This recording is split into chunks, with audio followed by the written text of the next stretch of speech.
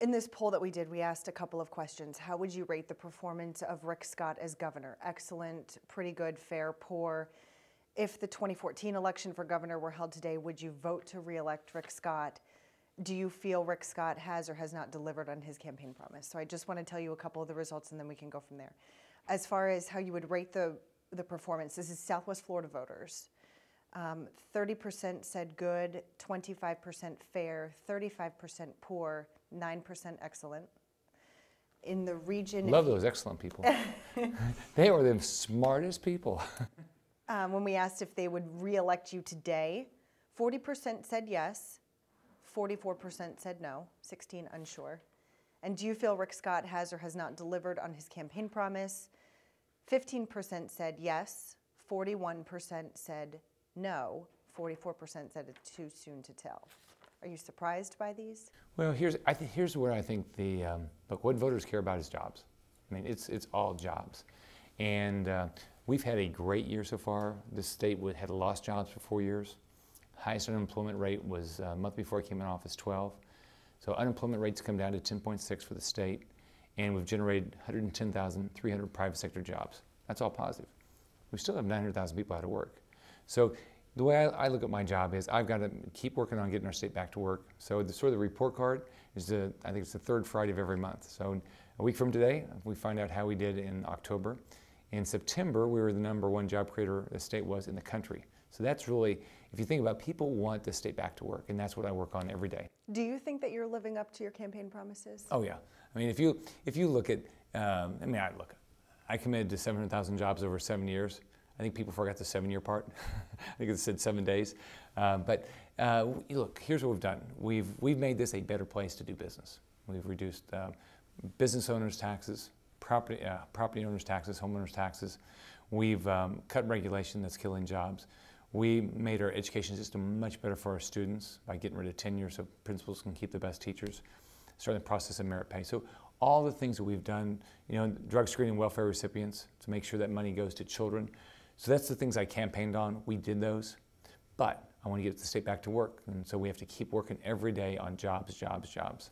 How do you win over the majority of voters in Southwest Florida who right now say that they're not going to re-elect you? Well, I mean, look, my job is to get people back to work. And so that's what I work on every day. The way I think about it is, I want to make sure, and I tell Governor Perry when I talk to him that he's done the best job for the last 7 years in building jobs. I've got to do it for the next 7 years. So I just got to I have to work on every day making sure this is the best place to do business. So when somebody says, it's like your yearbook in high school, most likely to succeed, this state is most likely to succeed. Biggest challenges for the upcoming legislative session? Well, it's something I won't be involved at the state level in it, but redistricting is the biggest issue. I'll be involved at the federal. So that's the biggest issue that's going to go on. Doesn't mean that's the biggest issue for the state. We've got over between a $1 and $2 billion budget deficit. So I taught school yesterday out in Immokalee. Mm-hmm. And so I asked the kids, I said, okay, so what would you like to cover? What do you think we should have? Food stamps, health care for everybody, education, we have to take care of the prison system, all these things. So then I asked them, well, what tax would you like to have to pay for this? Well, we don't want taxes. I said, what would you like, income tax or property tax or sales tax? Well, none. And I said, okay, so now tell me what you would cut when you don't have enough money. And so the first thing that they wanted to cut was unemployment. This session is going to be about continuing my plan of reducing taxes when we can, balancing the budget, making sure people know that we are fiscally responsible. We have a higher credit rating now than the federal government. Making sure that we get people back to work. I'm changing our unemployment system to a re-employment system, making sure all the resources that we're putting into unemployment, we're putting into how do I get you a job? How do I make sure you know where all the jobs are, you get the training to get a job. So if you go on unemployment, you'll go online, you'll do a skills assessment, and we'll give you the training so you can get back to work. Where are the cuts going to come from? Well, unfortunately, the biggest portion of the budget is either healthcare or education. So we cannot cut education. It doesn't make sense. I want to make sure that, I look at my job in 3 ways. I've got to make sure we keep the cost of living as low as possible. So don't have government do anything that causes the cost of living to go up. Make sure our children, our students can get a great education, and make sure people can get a job. So if you look at where, I'm going through every agency and saying, just like you have to do in business, how do you streamline things? What can we do to make the process better? So I'm doing that in every agency. And then making sure we have them funding for education. And so the bigger dollars, we're gonna have to really focus on how we spend our healthcare dollars better. So are you planning to cut from education this year? No. No cuts to education? No. None? No, but just remember, I'm simply the governor. I have to go through a legislature with my budget. You have the power of veto. And I used it, as you saw last year. Okay. How specifically will you bring jobs to Southwest Florida? Well, the reason jobs will come here is if Southwest Florida makes it a great place to do business. So what we have to do is, the things I'm going to do at the state level is make sure that we keep business taxes as low as possible. We're phasing out the business tax. I want to focus on reducing the tangible personal property tax, because that impacts businesses making a decision which state they go to. I'm getting rid of over 1,000 regulations. So those are things that will happen at the state level. At the local level, what they have to do is they have to go out and call on companies like I do every day. They have to make sure that they don't have regulations or taxes or fees that impact businesses. So what are the impact fees in this area? Is there, just like what I do, I tell business people all the time, if you have a problem, I can't necessarily solve it, but I'll tell you no or yes as fast as I can, because that's how you want. You don't want to wait 14 years for a permit. Well, what's it like down here? Do your mayors, city council, county commissioners, are they responsive to business leaders? If you are, and it's a good, easy place to do business, then people are going to continue to come here. If not, they'll go other places in the state. I talk to economic development leaders all across the state, almost every day it seems like, and some areas, work harder than other areas. So tell me how. Are you calling businesses and saying relocate? Yeah. Oh, absolutely, every day. I have some phone calls this afternoon. So you're recruiting them from other states. I'm doing both. You want to keep the companies that are here to stay here and be successful.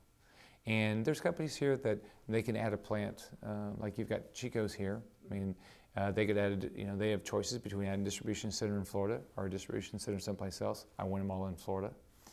So I want to keep all the companies here, make sure we're not doing anything that hurts their business. I want to help their business. But then on top of that, think about it. We're down here partially because we like the weather. So I call people up north and I say, hold on, wait a second, I got to turn on my air conditioning so you can hear me. Hey, by the way, what's the weather up there? And it could be 5 below zero. I talk about, what's your business tax? Look at Illinois. Chicago Mercantile Exchange, they raised their taxes this year $50 million. Now, let's see, if somebody raised your taxes $50 million, would you consider moving? You better believe you would. And so I call on companies like that, and it's easier when you're calling on companies in California or Illinois or New York or Connecticut or Massachusetts, because they don't have our weather, they have way more regulation, they have way, way higher taxes. For the opportunity to live in the state of New York, just for the state taxes, it's per capita double Florida. What is Florida's business tax? It's 5.5%, but we did an exemption for the first 25,000 last year, and so we cut out the business tax for nearly half of the business owners in the state. Thoughts on your GOP presidential candidates? Well, we've got good debates going, and we're learning more about their backgrounds, and two, their plans. Here's my belief. I won my race last year over one issue: jobs. People believed I had a plan to get our state back to work. I believe at the primary next year, the Republican primary, whoever has the best jobs plan will win. And then in the general election next year against President Obama, whoever's got the best jobs plan will win. That's what everybody is concerned about. Is there a front runner for you right now? Well, I think that, you've got, Mitt Romney appears to be leading the polls, but I think you've got, 3 months?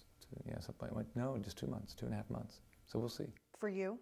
Oh, for me personally? Mm-hmm. Oh, I'm not endorsing right now. You're not endorsing right now, or right. You're not endorsing? I'm not endorsing right now. You're considering endorsing? I'm considering endorsing, but not today. How are you looking to cut spending in higher education? Well, my focus is not cutting spend in higher education. My focus is making sure that when you go to college, you're going to college to get a job. So I want you to know where the jobs are. So if you want to get a job in this area, one area, are there jobs there? You know, I said something down here a month ago about I didn't know where the jobs were in anthropology. My daughter called me the next day and said, Dad, why don't you look on Yahoo? I'm the #1 story on Yahoo. You might remember that I got a degree in anthropology. And I said, how'd that work out? And so, because she's now in her second master's. The bottom line is, you should follow your dream, but your dream is to get a job. And so if you can get a job in that area, that's great. You should know, though, before you go spend 4 years of your life, that there's no jobs there or there are jobs there. What's it going to pay? So are you not going to cut higher spending education? Well, you know, we're looking, it's part of the budget. We're going through our budget process now. I'll have my budget December 8th. So we're looking at where we're going to have to cut. But my focus on higher ed is how do we get everybody to understand where the jobs are? Then you still make your decisions what you want to do. And how do we make sure, I don't want our universities constantly competing against each other and having the same program. It's great if we have 11 great technology programs, but let's don't have, 4 has-been programs. Why did you decide to post all of the salaries of university faculties? Well, we've been posting, as you know, we have, I think it's called Florida's Right to Know, our website, and so we constantly put up more information because it's all public information, and so whether it's information on pensions, or whether it's information on our higher ed, you as a taxpayer, you as a consumer, you should know how your dollars are being spent. I believe that as you get more informed as a taxpayer and as a citizen, you will make the same decisions I'll make. We've got to watch how we spend our money. We've got to hold everybody in state government accountable. And it's very helpful if everybody has all this information.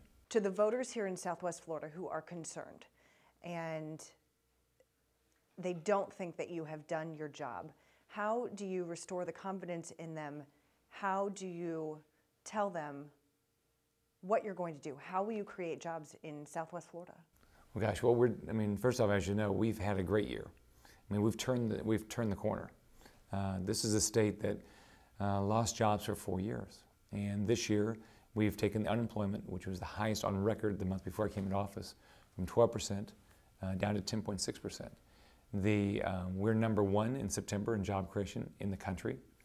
And for the year, I think we're #2. Again, Governor Perry in Texas is, I think, still #1. But it's, you make sure that you put yourself in the position, the state and this area has to we have to put ourselves in a position that people say, if I want to be in business, this is where I want to be in business. Think about you as a consumer. When you go shop, you don't say, gosh, I'm going to pay more for that product or service because they pay higher taxes. Or, gosh, it takes longer to get permits there, so I think I should pay that company a little bit more. Or, gosh, their regulations are just ridiculous, so I feel sorry for that company. Or, that company, because of where they're headquartered or where they do business, they've got higher risk of litigation. You don't do that. You say, if it's a product that I want and there's 2 or 3, I'm going to buy based on price. So you think about that from a business person standpoint. You say, okay, I'm going to do business where my taxes are fair, as low as possible. I don't have unreasonable permitting, unreasonable regulation, or significant risk of litigation. So my job is to do it at the state level, hopefully be a model for what should happen at the local level, and then do what you do in business. You call on people in our state that are doing business and say, how do I make sure you expand in Florida, in Fort Myers, in Naples? How do I make sure that companies that are outside of the state know all the things that we're doing, that our taxes are different, our regulations different, our attitudes different? I talk to business people all across this Florida and all across the world. And I said, look, if you have a problem, call me. I give them my direct line, and I say, call me. I tell people all the time, I go around the state and I talk to people, and I say, look, my job is keep the cost of living as low as possible, make sure our kids can get an education, and make sure people can get a job. If you have an idea, get it to me. And it takes time to do this. Well, we've turned the corner, but I mean, that's great for the people who have gotten the 110,300 jobs. It's hard for the people, still the 900,000 people out of work. So we've turned the corner, but we have to work at it every day.